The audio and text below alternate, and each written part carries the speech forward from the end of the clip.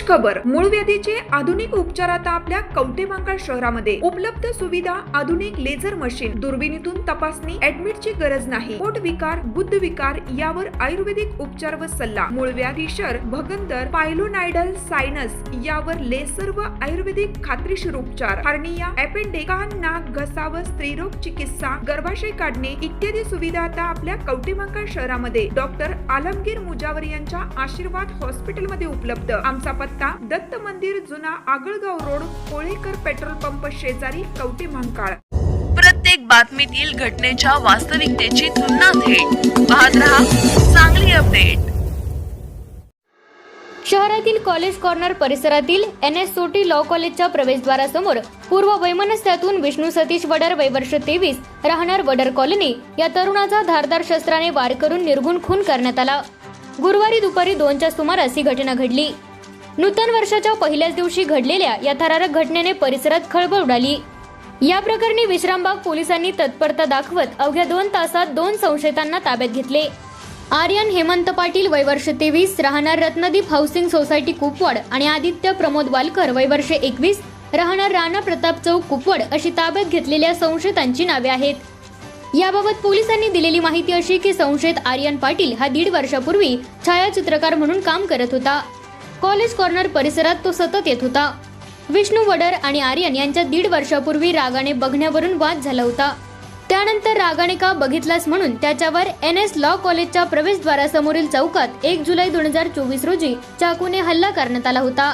याबाबत विष्णू वडर, पृथ्वीराज कलगुटकी आणि मंथन नामक तरुणाविरुद्ध गुन्हा दाखल केला होता।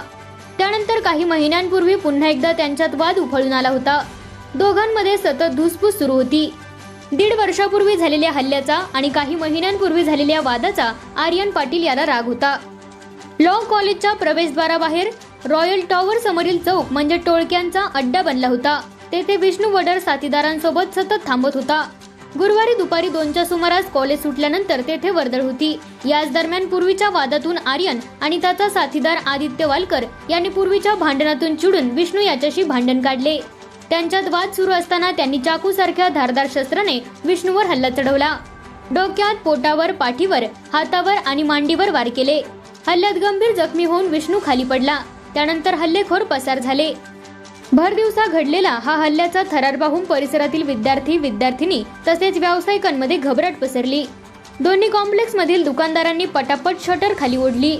हल्लेखोर पसार झाल्यानंतर नागरिकांनी जखमी विष्णू याला वसंतदादा शासकीय रुग्णालयात उपचारासाठी दाखल केले। तेथे अतिदक्षता विभागात उपचार सुरू असताना त्याचा मृत्यू झाला। दरम्यान उपअधीक्षक संदीप भागवत, विश्रामबागचे पोलीस निरीक्षक सुधीर भालेराव, स्थानिक गुन्हे अन्वेषणचे निरीक्षक संजीव कुमार झाडे आदींनी घटनास्थळी भेट दिली। विश्रामबाग पोलीस ठाण्याचे सहाय्यक निरीक्षक चेतन माने यांनी तातडीने 2 पथके हल्लेखोरांच्या शोधासाठी रवाना केली। गुन्हे अन्वेषणचे पथकही मागावर होते। विश्रामबाग गुन्हे प्रगटीकरणचे कर्मचारी आर्यन देशिंकर व प्रशांत माळी यांना संशयित दोघांची माहिती मिळताच घटनेनंतर अवघ्या 2 तासात कुपवाड परिसरातून दोघांनाही ताब्यात घेण्यात आले। त्यांनी प्राथमिक चौकशीत पूर्व वैमनस्यातून खून केल्याची कबुली दिली आहे। सहाय्यक निरीक्षक चेतन माने अधिक तपास करत आहेत।